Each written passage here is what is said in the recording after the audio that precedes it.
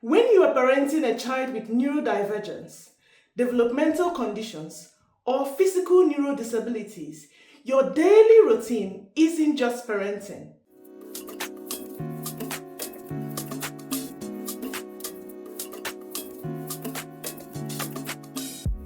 If you're watching this right now, chances are you are exhausted. Not just that you need a good night's sleep, but you are exhausted, deeply biologically tired. When you are parenting a child with neurodivergence, developmental conditions, or physical neurodisabilities, your daily routine isn't just parenting.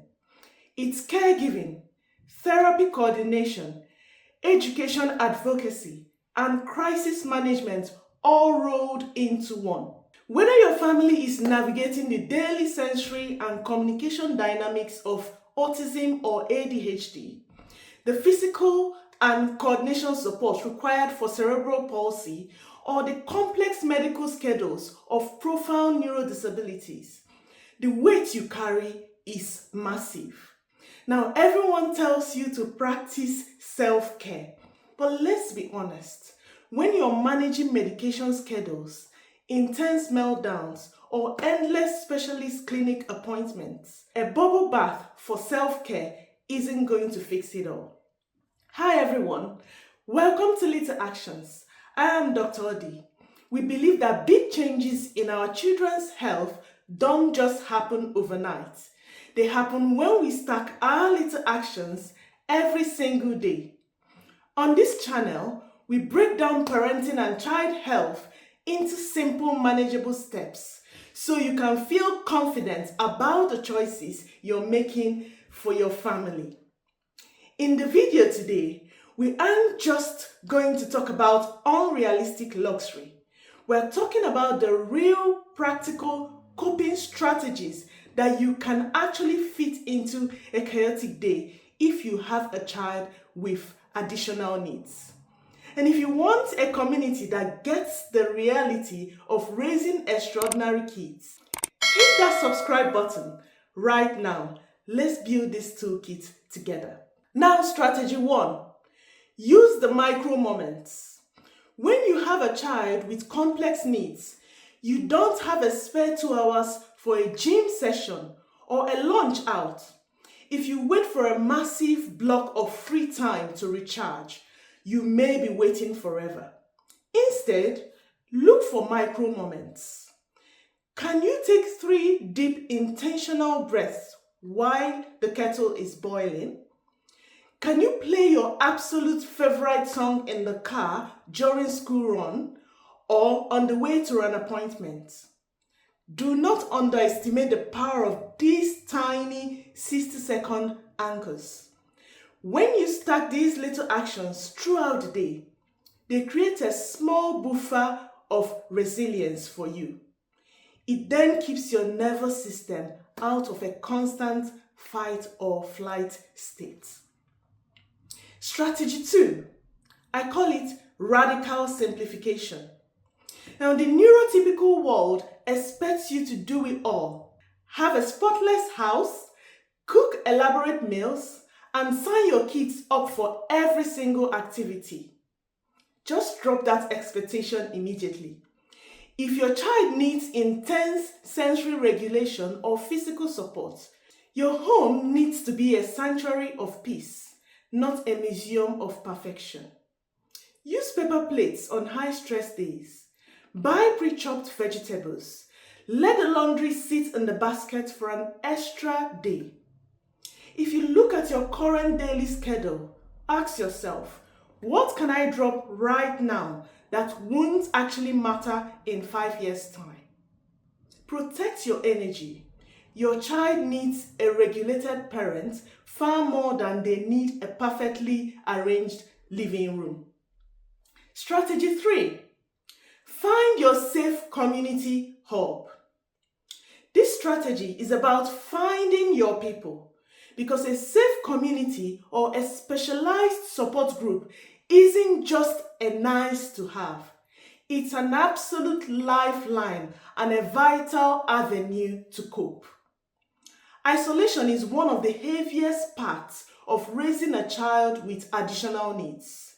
Friends and family members with neurotypical children might love you so much, but they don't truly understand the mental load of a sensory meltdown or a complex therapy regimen. Finding your local charity hubs, online forums, peer support groups, specifically for families navigating things like autism, ADHD, or physical neurodisabilities changes everything. It's an instant relief to step into a space where you don't have to explain yourself. When people ask how they can help you, give them specific bite-sized tasks. If a neighbor says to you, "Let me know if you need anything," reply with, "Actually, could you pick up a loaf of bread when you do your shop? Or could you watch my other kid in the park for 30 minutes, please?" Lean on your safe circle and let them help carry the weight. If you are nodding your head right now because you know exactly how lonely this journey feels, I want to invite you to join us. Hit that subscribe button and tap the notification bell. This channel is a safe, judgment-free zone where we share real, evidence-based strategies for parenting extraordinary kids. You don't have to do this alone. Now let's work this path together. Strategy 4. Scripting for the outside world. Dealing with the public, schools, or even well-meaning but uneducated relatives can be exhausting. The sideways glances in the supermarkets during a sensory overload, or the unsolicited advice on how to discipline an overwhelmed child. Don't waste your precious energy coming up with responses on the spot when you encounter these experiences. Decide your script in advance. If someone stares at you, a calm, firm response like, "He's just processing a very loud environment right now," and walking away is enough to deal with that situation. If a relative offers an unrealistic advice, a simple response like, "We're working closely with our clinical team on a specific strategy, but thanks," that deals with that situation instantly. You do not need to give a long medical lesson. I've got a message to the public, and this is a call for empathy. I want to take a brief moment to speak directly to the other parents, adults, and bystanders who might be watching this video. If you see a parent in a supermarket, a park, or a cafe struggling with a child who is melting down, screaming, or exhibiting complex physical behaviors, do not judge. You are catching a tiny 30-second glimpse into a 24-hour marathon of their profound responsibility. That parent doesn't need your skull. They don't need your muttered comments, and they certainly don't need your unsolicited parenting advice. What they need is your empathy. They need a kind, understanding smile that says, "I see you. You're doing great. Well done." If you are a friend or a relative or a carer, don't just say, "Let me know if you need help." Actively show up. Bring them a hot coffee or tea. Drop off a meal or offer to sit with their child so they can get some sleep. It takes a village, and it's time for the village to step up.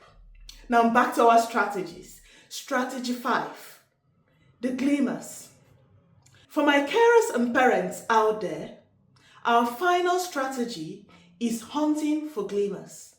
Glimmers are the exact opposite of triggers. They are the tiny micro moments of safety, joy, or connection. It's that unexpected smile from your child. It's the 2 minutes of quiet when they are deeply engaged in their favorite special interest. It's that first warm sip of tea in the morning. By actively looking out for just 1 or 2 glimmers a day, You remind your nervous system that beauty and progress still exist right alongside the struggle. Parenting a child with complex needs is a marathon with no finish line. Some days may be about survival, and that is completely okay. You are doing an incredible job, even on the days it doesn't feel like it. Just keep stacking those little actions. And if this video gave you some comfort today, please give it a thumbs up and subscribe to the channel. Comment below with one condition you are navigating or the coping tip that keeps you grounded. Your words might be exactly what another parent needs to read today. Thank you for watching. Take a deep breath and see you in the next video.